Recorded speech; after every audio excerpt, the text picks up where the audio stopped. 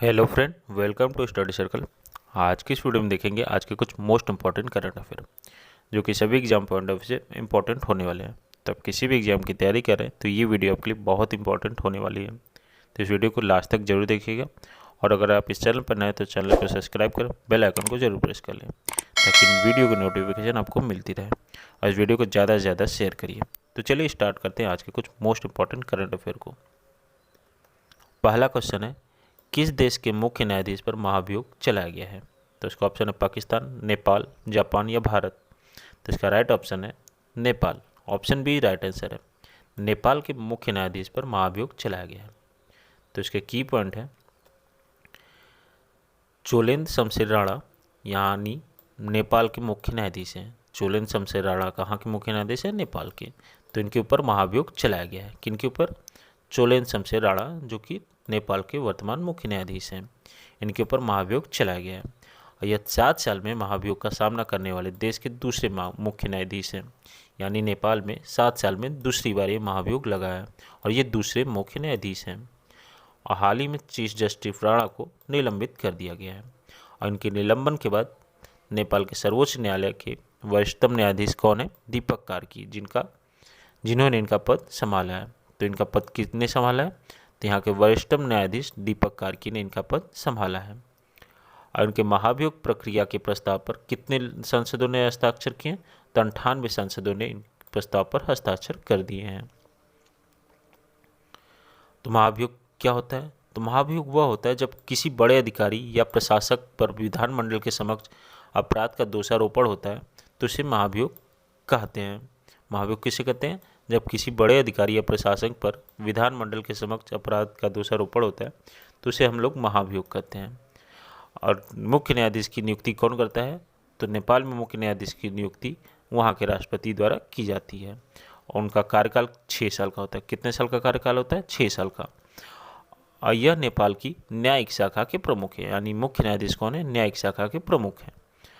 और नेपाल में बार बार महाभियोग क्यों लगता है? तो नेपाल में महाभियोग बार बार राजनीतिक मतभेदों के कारण लगता है।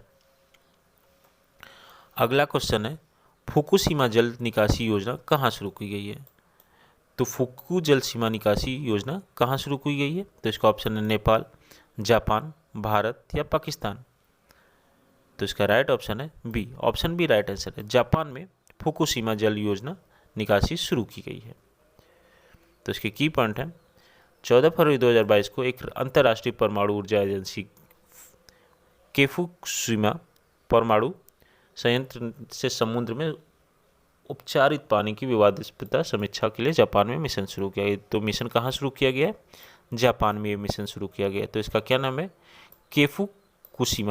फुकुशिमा इस मिशन का नाम दिया गया है। और 2011 में सुनामी के बाद फुकुशिमा परमाणु संयंत्र के पिघलने के बाद से यह संयंत्र में टैंकों में लगभग 1 मिलियन टन पानी संसाधित पानी जमा हो गया है और इस संयंत्र में भंडारण की जगह खत्म हो रही है। और जापान के अनुसार कई दशकों में पानी की पतला करने और छोड़ने की योजना सुरक्षित है, यानी जापान में पानी को पतला करके उसे छोड़ने की योजना की जाती है क्योंकि एक व्यापक पंपिंग और निस्पंदन प्रणाली अधिकांश रेडियोधर्मी तत्वों को हटा देती है। यानी इस प्रणाली से क्या होता है? अधिकांश रेडियोधर्मी तत्वों को हटा दिया जाता है। इस निकासी का समर्थन कौन करता है? IAEA। और उसने कहा कि अन्य साइटों पर परमाणु संयंत्रों के अपशिष्ट जल के निपटान के समान है, यानी निपटान के समान है। और 2021 में जापान द्वारा योजना अपनाई गई थी। कब अपनाई गई? 2021 में योजना अपनाई गई, जिसे 2023 में शुरू होने की उम्मीद की गई है। और यह पर्यावरण और उसके सुरक्षा को चिंताओं को लेकर पड़ोसी देशों ने सवाल भी उठाए।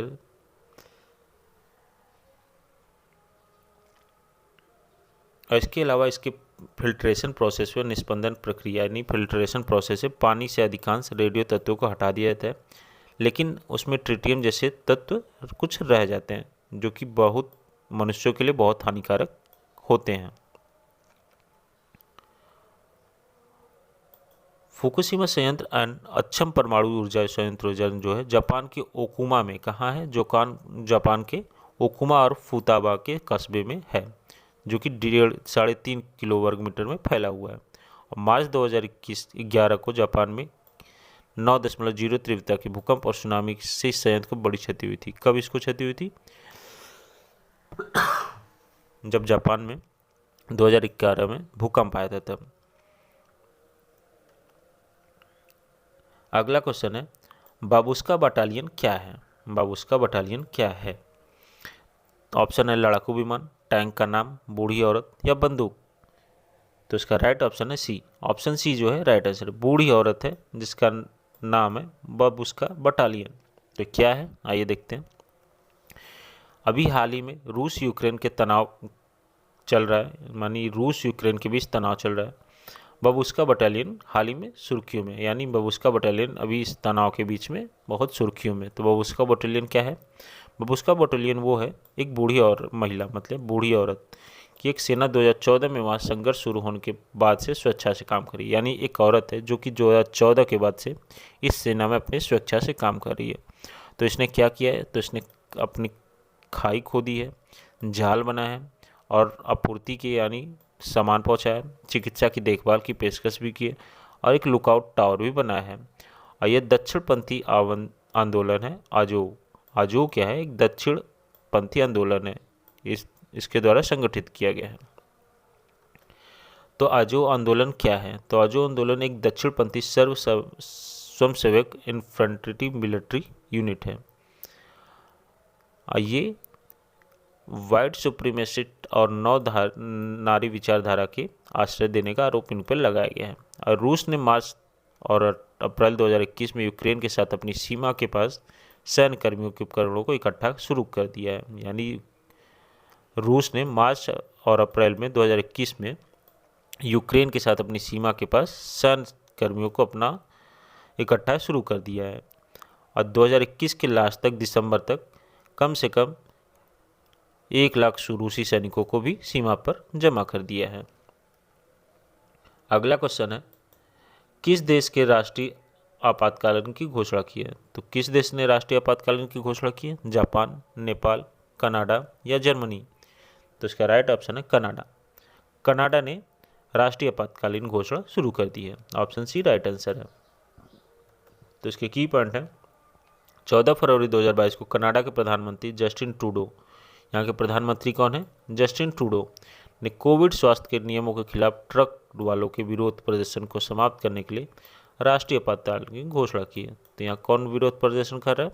ट्रक वाले। क्यों कर रहे हैं? कोविड स्वास्थ्य नियमों के खिलाफ। अब पुलिस द्वारा हथियारों के साथ साथ 11 लोगों को गिरफ्तार भी किया गया, जो कि संयुक्त राज्य की सीमा के अवरुद्ध काम कर रहे थे। आपातकालीन को लागू कर दिया गया है। और कनाडा के इतिहास में केवल दूसरी बार है जब शांति काल में ऐसी शक्तियों का प्रयोग किया गया है। यानी शांति के लिए ऐसी शक्तियों का प्रयोग किया गया। किस शक्तियों का? आपातकालीन घोषणा की। इन शक्तियों का आह्वान इसलिए किया गया है कि क्योंकि सैकड़ों ट्रक जो है अभी भी ओटावा की सड़कों पर बंद कर दिए गए हैं। यानी ओटावा की सड़कों पर अभी भी प्रदर्शन कर रहे हैं। और हाल ही में कनाडा के बड़े पैमाने पर प्रदर्शन शुरू हुआ। क्यों हुआ है? तो कोविड के नियमों के लिए, क्योंकि वहाँ पर कनाडा में प्रवेश करते हुए ट्रक चालकों को टीकाकरण का प्रमाण प्रस्तुत करना होता था, इसलिए वो प्रदर्शन कर रहे हैं। इन प्रदर्शनकारियों को देश विदेश के कई लोगों का समर्थन भी दिया जा रहा। और ट्रक चालकों के इस आंदोलन को फ्रीडम कॉनवे का नाम दिया है। क्या नाम दिया है? फ्रीडम कॉनवे का। और कई स्थानों पर प्रदर्शनकारियों द्वारा उपद्रव को भी बढ़ावा दिया जा रहा है। यहाँ पे मतलब उपद्रव किया जा रहा है। अगला क्वेश्चन है, इंस्पायर सेट एक उपग्रह के लॉन्च के लिए पहली बार इसरो के साथ किस देश के वैज्ञानिक शामिल हुए हैं? तो इसका ऑप्शन है Taiwan, NASA, America. Option A और सी। तो इसका राइट ऑप्शन है डी। ऑप्शन डी जो है राइट आंसर है। ए और सी, ताइवान और अमेरिका ने इंस्पायर सेट एक उपग्रह के लॉन्च के लिए भारत के साथ पहली बार, यानी इसरो के साथ पहली बार शामिल हुए हैं। तो इसके की पॉइंट है, हाल ही में भारत ने 14 फरवरी 2022 को भारतीय अंतरिक्ष अनुसंधान संगठन यानी इसरो ने इंस्पायर सेट नामक एक उपग्रह लॉन्च किया है। तो इंस्पायर सेट उपग्रह किसने बनाया है? तो इंस्पायर सेट उपग्रह को संयुक्त रूप से भारत, अमेरिका, ताइवान और सिंगापुर के विश्वविद्यालयों सहित अंतर्राष्ट्रीय शोधकर्ताओं की टीम द्वारा विकसित किया गया है। तो इंस्पायर सेट का मतलब क्या है? International Research and Teaching Satellite Project satellite. तो इंस्पायरसेट का फुल फॉर्म क्या है? International Research and Teaching Satellite Project satellite.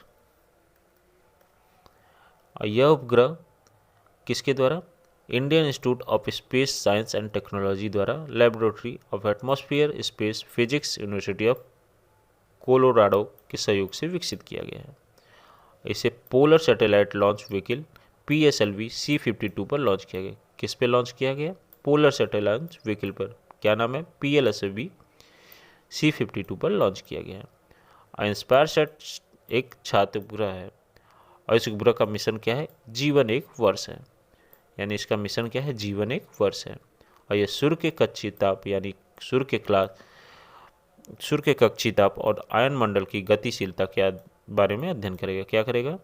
सूर्य के कक्षीय ताप और आयन मंडल की गतिशीलता के बारे में अध्ययन करेगा।